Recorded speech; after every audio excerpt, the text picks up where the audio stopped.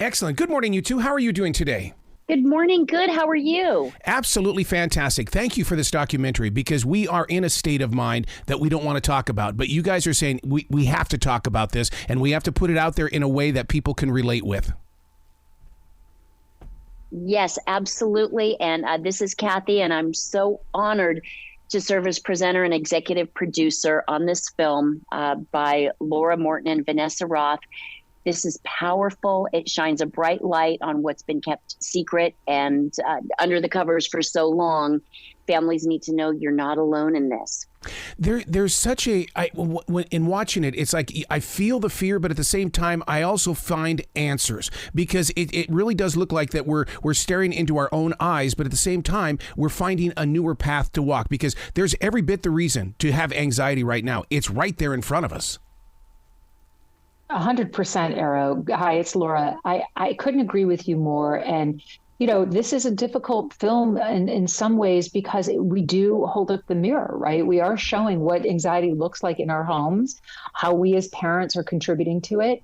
But I think it's a critical and essential conversation that needs to happen because any meaningful change that needs to take place needs to start in our home. It needs to start with us as parents, as friends, as mentors, as aunts, as uncles. It doesn't matter. If you love somebody who has anxiety, having the tools to help them, even if it's just listening to them, that's just critical and critical at this time in our history.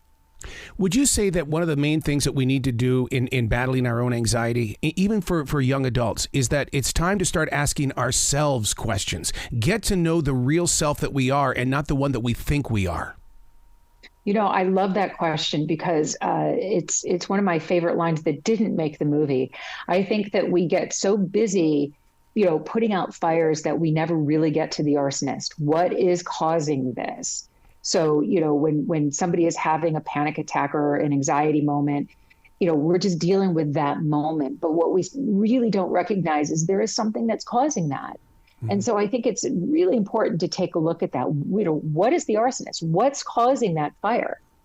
Even as a daily writer and somebody who studies meditation, I mean, we still face the monster with this anxiety. I can see it in other people's faces. They're bringing prayer into it. They're doing their best, but that monster is evil. Right. Or something that Anxious Nation does is it chronicles the lives of such a diverse group of young people and their families. So you can find someone in here that you can relate to. And each person has a unique story and something that the root cause is going to be different for each person. But yes, taking a hard look at where that comes from is a needed step in this process. And then recognizing you're not alone. There's no shame in this. And it does not need to define you, destroy you. It's not your identity. I'm blessed with the opportunity to talk, or to basically to work with young adults, and I do have those conversations where I go, "What do you think of the situation with Ukraine? What do you think of these shooters in schools and grocery stores?" And you know what? They're numb. They go, okay. And I'm going, no, you can't talk like that. You've got to have some sort of emotion. Why are they hiding?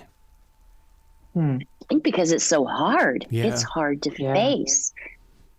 My daughter, in the movie, my daughter is very open about her fear of school shootings. And she just shared with me yesterday on our way to Los Angeles, where we are now, that one of the reasons she doesn't want to talk about it in interviews is because she's afraid somebody will target her school. Mm-hmm. Yeah. Right? So I think it's really important that these kids, to carry the weight of everything that's happening in the world, all of the pressures that they feel. It's such a heavy weight, and we need to help them understand that they don't have to bear that burden, right? The two of you putting this together, which is a documentary called Anxious Nation, is there the next level? Is there a website? Is there some place where people can go to find their peace, or at least take a step toward understanding that where they are, this is our new normal, but we can grow in peace? Yeah, absolutely. So we have anxiousnation.com that people can go to, and you can read all about the film, but we have a really robust resources page that will continue to grow. And we are also launching our own network in the fall called the Anxious Nation Network. Nice. 1/3 of our content will be problem and 2/3 of our content will be solution. So we're not just wanting to make people feel bad about where we're at. We want to give people the resources that they so desperately want and need so that they can feel better, so that they can find something that works for them. And Arrow, thank you for your mentoring of young people. It's so needed. It's so powerful. And as you were talking about, there is an overwhelming amount of information that this generation is experiencing. And there is a desire to escape. And we can't let them, we have to love young people enough to not allow them to start that pattern of escaping, but rather to face what their fears are, what they're going through, so that they can navigate forward. Well, I call it planting seeds. I'll walk up to them and I'll just plant a thought, and then I'll come back and I'll say, "So what's your reaction? How do you want to talk about this?" Because it's almost like they don't have conversations at home, and it's like, okay, we can do it here in public, but I'm going to listen to you, and I think they freak out when it's there's this guy who's listening to me. It's such great work that you're doing. Yeah.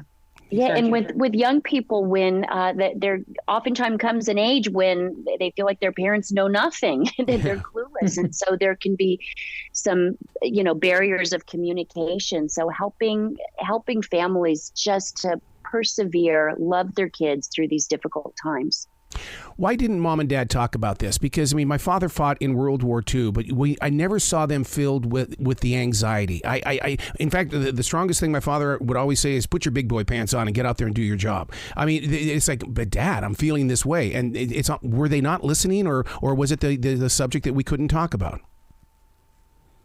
I think that generation was taught that. I mean, the PTSD your dad must have gone through, and thank you to your dad. What a hero. My husband is an ER doctor. PTSD, it's a real thing. Life is hard, and we're just taught, put on your big boy, big girl pants and deal with it. But you know what? We've got to listen. We've got to give young people the tools to really navigate through it.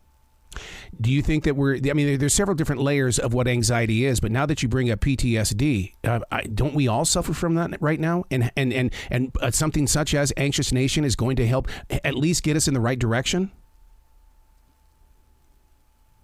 I think on some level, that's, even our kids who had we all had this very strange experience over the last few years. Yeah. I absolutely think, PTSD wasn't even called PTSD until, I believe, 1996. Wow. It had all kinds of different names. So, it's really interesting, that was also something that wasn't really identified, particularly for our Vietnam vets. But I think today, I think we understand PTSD a little bit better. We have kids, who have been through school shootings. We have some kids who have been through multiple school shootings. And, we have all of the turmoil that is going on in the world. I don't know how. I think PTSD is a natural response, as is anxiety, to what we've been going through. I think it's in our DNA to respond in a certain way. And then certainly trauma comes in many forms, and it doesn't always show up immediately. We had a girl who didn't make the film, who was a student at Sandy Hook, and then her father was running in the Boston Marathon, and when the second bomb went off. But she went all the way until her freshman year of college without her PTSD showing up. So I think it's what we do with it, right? Yeah. We've got to keep this conversation growing. Instead of just being May being Mental Health Month, somehow, some way, we've got to get together at least once every other month or every fourth month or something, because we've got to keep it going and get listeners to understand that you guys really are helping to invite peace. Thank you, Arrow. We would love that. Please come back to the show anytime in the future. The door is always going to be open for you. Thank you. Thank you, Arrow.